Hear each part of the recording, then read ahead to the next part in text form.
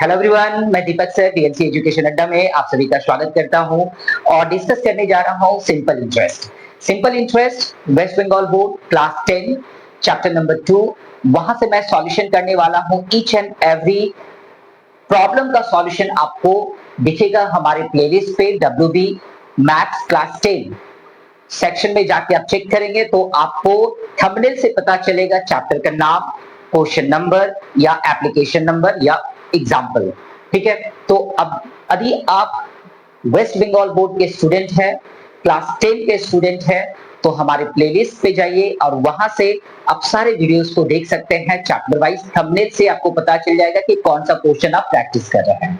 ठीक है, उससे पहले मैं बता दूं कि यदि आप चैनल पर नए हैं तो पहले सब्सक्राइब कर लीजिए, बेल आइकन को हिट कर दीजिए जिससे नया वीडियो आने पे आपको नोटिफिकेशन मिलता रहे। तो चलिए इस क्वेश्चन को सॉल्व करते हैं और ये है क्वेश्चन नंबर 1।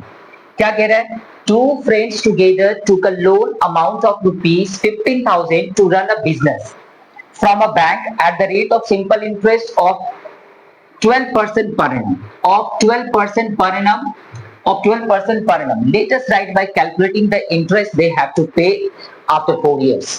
ठीक है, यदि आप वेस्ट बंगाल बोर्ड के स्टूडेंट हैं, हिंदी मीडियम के स्टूडेंट हैं, तो आपको क्वेश्चन नंबर से पता चल जाएगा कि मैं कौन सा सॉल्व कर रहा हूं। उस क्वेश्चन को आप पढ़ेंगे। डिस्कशन का लैंग्वेज हमारा हिंदी ही है, भले ही क्वेश्चन यहाँ पे मैंने इंग्लिश में लिखा है लेकिन मैं डिस्कस करके आपको हिंदी में ही बताता हूँ। दो दोस्त हैं टुगेदर, है ना, दो दोस्त साथ में मिलकर एक लोन लेते हैं। सो टू फ्रेंड्स टुगेदर टूक अ लोन, दो दोस्त मिलकर साथ में लोन लेते हैं। लोन का अमाउंट कितना है? तो 15,000 है। तो लोन का जो अमाउंट है वही आपके लिए प्रिंसिपल बन जाएगा। ठीक है, सो दे टूक अ लोन अमाउंटिंग रुपीज 15,000। किस लिए लिया है उन लोगों ने लोन? तो बोला है टू रन अ बिजनेस, एक बिजनेस चलाने के लिए लिया है। To run a business.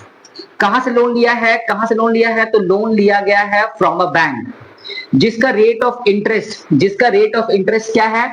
Simple rate of interest है 12% पर एनम पे इंटरेस्ट देना है।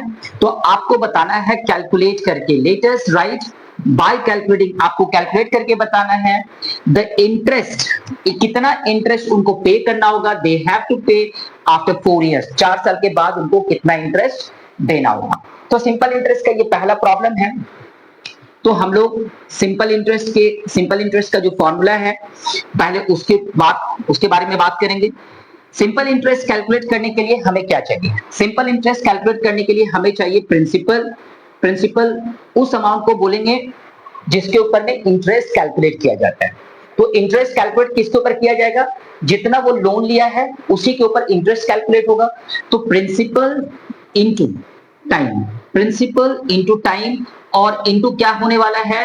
Rate of interest. तो जो रेट होगा उसको आप परसेंटेज से कन्वर्ट करेंगे तो रेट बाय 100 हो जाएगा, इसलिए यहाँ पे डिवाइडेड बाय 100 है। So principal time into rate. ठीक है, आप यदि ये डिवाइडेड बाय 100 नहीं लिखते हैं तो उससे भी कोई फर्क नहीं पड़ता है। क्या होगा? Simple interest is equal to principal into time into rate percentage. तो प्रिंसिपल कितना है? प्रिंसिपल मतलब लोन टेकन, लोन कितना लिया गया है? तो लोन लिया गया है 15,000। कितने समय का इंटरेस्ट कैलकुलेट करना है? तो 4 साल का इंटरेस्ट कैलकुलेट करना है। तो इंटू 4 देंगे, प्लस रेट क्या होने वाला है? 12% पर एनम, 12% पर एनम होने वाला है। यहाँ पे मैं बता दूं कि 15,000 इंटू 4 और 12/100 परसेंटेज के लिए हम लोग क्या लेते हैं? इंटू 100 लेते हैं। ठीक है, इंटू 1/100 परसेंटेज का वैल्यू हम लोग लेते हैं इंटू में 1/100। यदि आपको रिमूव करना है कहीं से परसेंटेज तो इंटू 1/100 कीजिए, हो जाएगा। तो यहां से 2 जीरो आप रिड्यूस कर दीजिए। अब आपके पास है मल्टीप्लीकेशन करने का, बहुत ही सिंपल है। पहले दो को मल्टीप्लाई कर लीजिए। 15 4 60 मतलब 600 इंटू 12 6 72 100। तो 7200 रुपीज इंटरेस्ट होता है, सिंपल इंटरेस्ट होता है 7200 रुपीज।